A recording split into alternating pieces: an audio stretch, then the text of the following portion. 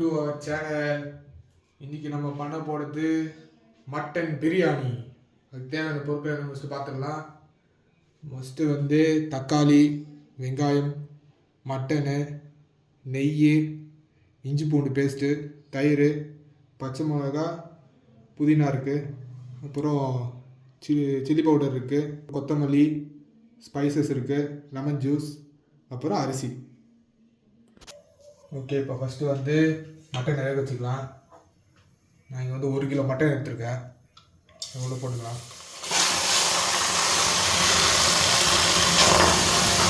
அதுக்கப்புறம் கொஞ்சம் தண்ணி ஊற்றிக்கலாம், கறி முழுகிற அளவுக்கு.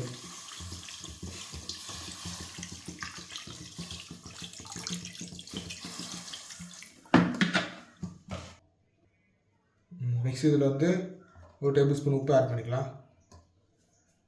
அப்புறம் 1 ஸ்பூன் இஞ்சி பூண்டு பேஸ்ட்டு,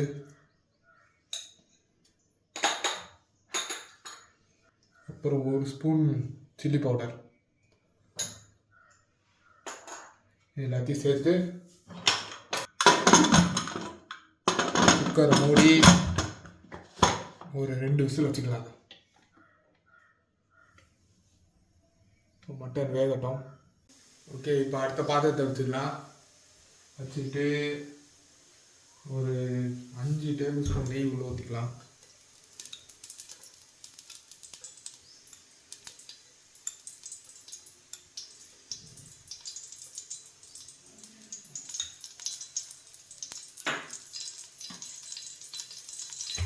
அதே மாதிரி ஒரு 5 டேபிள் ஸ்பூன் எண்ணெய்.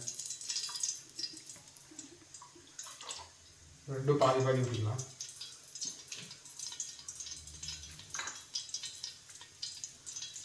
அதுக்கப்புறம் ஒரு பிரியாணி இலை, 2 துண்டு பட்டை, அப்புறம் ஒரு 6 கிராம்பு இதில் போட்டுக்கலாம். அதையும்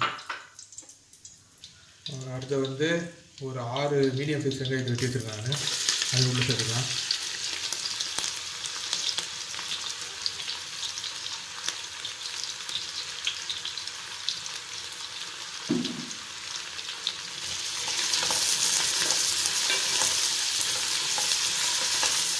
பிரியாணிக்கு வந்து வெங்காயம் நல்லா கோல்டன் ப்ரௌனில் வரணும்.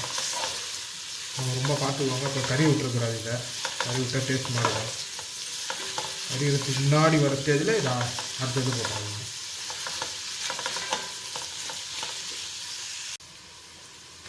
ஓகே, இப்போ வெங்காயம் நல்லா வதங்கிடுச்சு. இந்த டைமில் நம்ம தக்காளி போட்டுக்கலாம். அதேமாதிரி ஒரு 6 தக்காளி மீடியம் சைஸில் வெட்டி வச்சுருக்காங்க. போட்டுட்டு தக்காளி இன்னும் ஒரே அளவு தான் இருக்கும். தக்காளி நல்லா வதங்கட்டும்.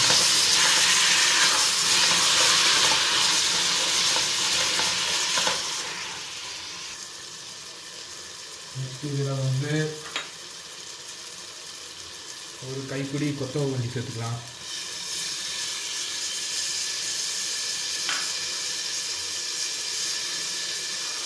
அப்புறம் ஒரு 4 பச்சை மிளகா 2 வெட்டி சேர்த்துக்கலாம். அதேமாதிரி ஒரு கொத்து புதினா வீட்டில் சேர்த்துக்கலாம். சேர்த்து ஒரு கிடைக்கணும்.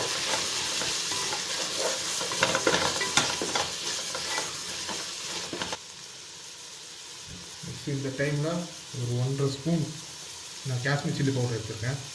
அதை போட்டுக்கலாம்.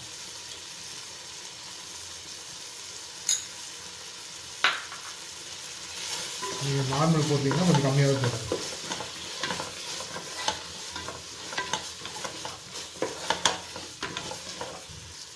இந்த டைமில் வந்து இஞ்சி பூண்டு பேஸ்ட் வச்சுக்கலாம். ஒரு 4 ஸ்பூன் போட்டுக்கலாம்.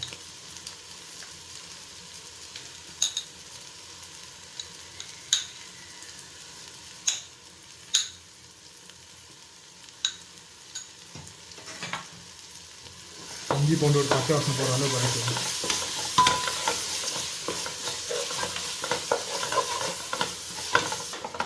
இஞ்சி பூண்டோட பச்சை வாசனை போயிடுச்சு. இந்த டைமில் நம்ம மட்டன் உள்ள போட்டுக்கலாம். நம்ம வேக வச்ச மட்டன்.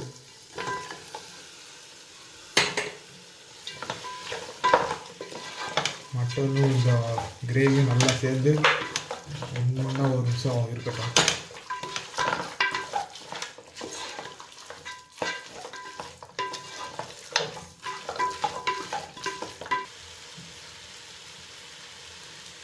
நெக்ஸ்ட் இந்த டைமில் தயிர் ஆட் பண்ணிடலாம்.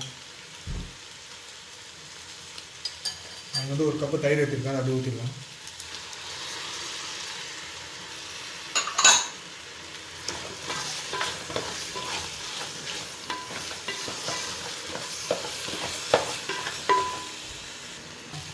நான் 1 கிலோ அரிசி எடுத்திருக்கேன். நீங்கள் ஒரு கிளாஸில் அளந்து தண்ணி ஊற்றிக்கோங்க. அதாவது ஒரு கிளாஸ் அரிசிக்கு 1.5 கிளாஸ் தண்ணி. நம்ம வந்து உப்பு போட்டுக்கலாம்.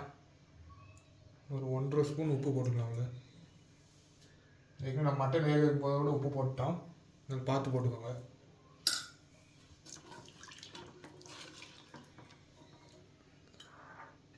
இதுக்கப்புறம் எலுமிச்சம்பழம் ஜூஸ் சேர்த்துக்கலாம். அவ்வளோ நான் இங்கே ஒரு எலுமிச்சம்பழம் புழிஞ்சு வச்சுருக்கேன், அதை ஊற்றிடுறேன்.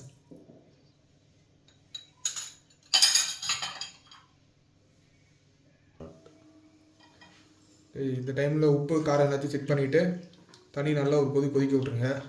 நல்லா ஒரு கொதிச்சதுக்கப்புறம் உள்ள அரிசி போட்டுக்கலாம். இப்போ தண்ணி நல்லா கொதிச்சிச்சு. இந்த டைமில் அரிசி போட்டுக்கலாம். நான் 1 கிலோ அரிசி எடுத்திருக்கேன். இது ஊற வச்சு இங்கே சேர்த்துக்கலாம். ஒரு 10 நிமிஷம் ஊற வச்சுக்கோங்க அரிசி.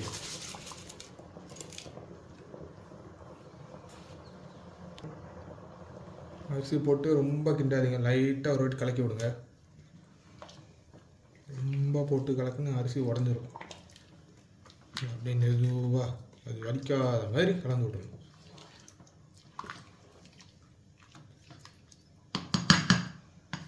இப்போ வந்து உப்பு வந்து கொஞ்சம் அதிகமாக இருக்கணும், அப்போ தான் வெந்து வரும்போது கரெக்டாக இருக்கும்.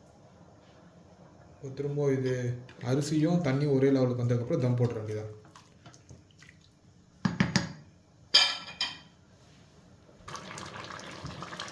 இந்த மாதிரி தண்ணியும் அரிசியும் ஒரே அளவுக்கு வந்ததுக்கப்புறம் நம்ம மூடி போட்டுடலாம்.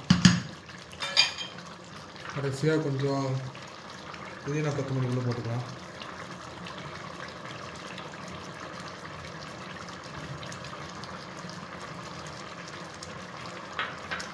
அப்புறம் கொஞ்சம் நெய் சேர்த்துக்கலாம்.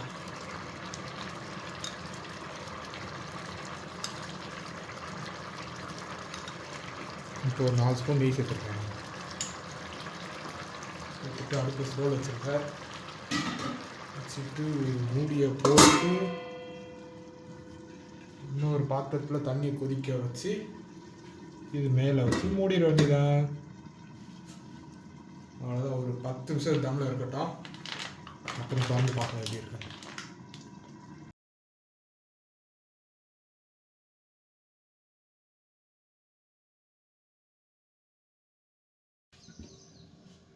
ஓகே, 10 நிமிஷம் ஆயிடுச்சு. இப்போ தம் ஓப்பன் பண்ணிடலாமா?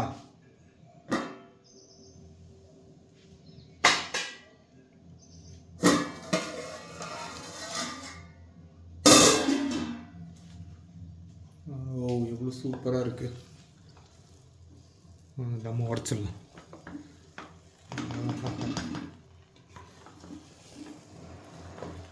ஓய்யோ, அவ்வளோதான், பிரியாணி ரெடி.